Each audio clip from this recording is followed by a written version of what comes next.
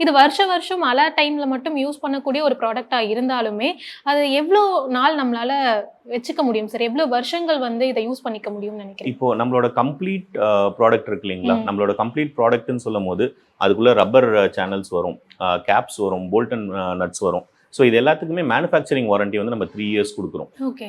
And aluminium channels பொறுத்த வரைக்கும் 15 years warranty நம்ம குடுக்குறோம். ஸோ இந்த ஒரு ப்ராடக்ட் வந்து வாங்கிட்டாங்க அப்படின்னு சொன்னா, 3 இயர்ஸ்க்கு வந்து அவங்க வந்து பை டிஃபால்ட்டா எதுவுமே பண்ண தேவையில்ல. ம்.